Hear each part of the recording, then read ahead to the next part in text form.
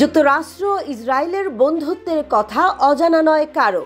Donald Trump ক্ষমতায় আসার পর যেন আরও গাঢ় হয়েছে সম্পর্ক। ক্ষমতায় আসার এক মাসের মধ্যেই হোয়াইট হাউসে দাওয়াত করেছেন ইসরায়েলি প্রধানমন্ত্রী বেনিয়ামিন নেতানিয়াহুকে। দাওয়াত গ্রহণ করে যুক্তরাষ্ট্র সফর করছেন বিবি।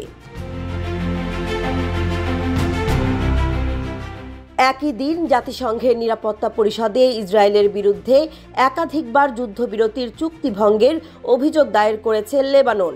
নিউ ইয়র্কে লেবাননের স্থায়ী মিশনের মাধ্যমে অভিযোগ দায়ের করা হয়। গাজা, লেবানন এবং বর্তমানে পশ্চিম তীরে অমানবিক আগ্রাসনের নির্দেশদাতার এই ওয়াশিংটন সফর নিয়ে এরই মধ্যে বিভিন্ন মহলে চলছে ব্যাপক সমালোচনা। অবশ্য ইসরায়েলি প্রধানমন্ত্রী এ সফরকে বড় বিজয় হিসেবেই দেখছেন। অনেক মহলে গুজব উঠেছে ইসরায়েলি মানচিত্র আরও বড় করতেই মার্কিন প্রেসিডেন্টের সাথে এই বৈঠক করছেন নেতানিয়াহু।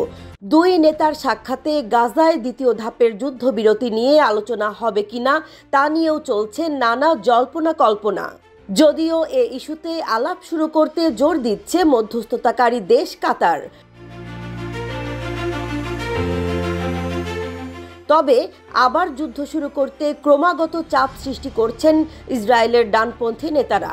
এতে পরিস্থিতি বেশ জটিল হয়ে উঠছে বলে মনে করছেন অনেক বিশ্লেষক।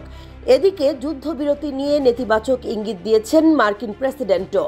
বৈঠকের আগেই এক বিবৃতিতে মার্কিন প্রেসিডেন্ট জানান, গাজায় যুদ্ধবিরতি বেশি দিন টিকবে না বলে মনে করেন তিনি। এমন পরিস্থিতিতে যুদ্ধবিরতি আসলেই কতদিন কার্যকর থাকবে তা নিয়ে নতুন করে দেখা দিয়েছে শঙ্কা। ট্রাম্পের সঙ্গে বৈঠকে নেতানিয়াহু হামাসকে নির্মূলের বিষয়ে প্রস্তাব রাখতে পারেন বলে জানিয়েছে ইসরায়েলের গণমাধ্যম দ্য টাইমস অব ইসরায়েল। উপত্যকাটিতে ফিলিস্তিনের স্বাধীনতাকামী সংগঠনের শাসনের অবসান ঘটানো তার মূল লক্ষ্য বলে জানিয়েছে গণমাধ্যমটি, যা এর আগেও বিভিন্ন সময়ে বিভিন্নভাবে বলেছেন বেনিয়ামিন নেতানিয়াহু।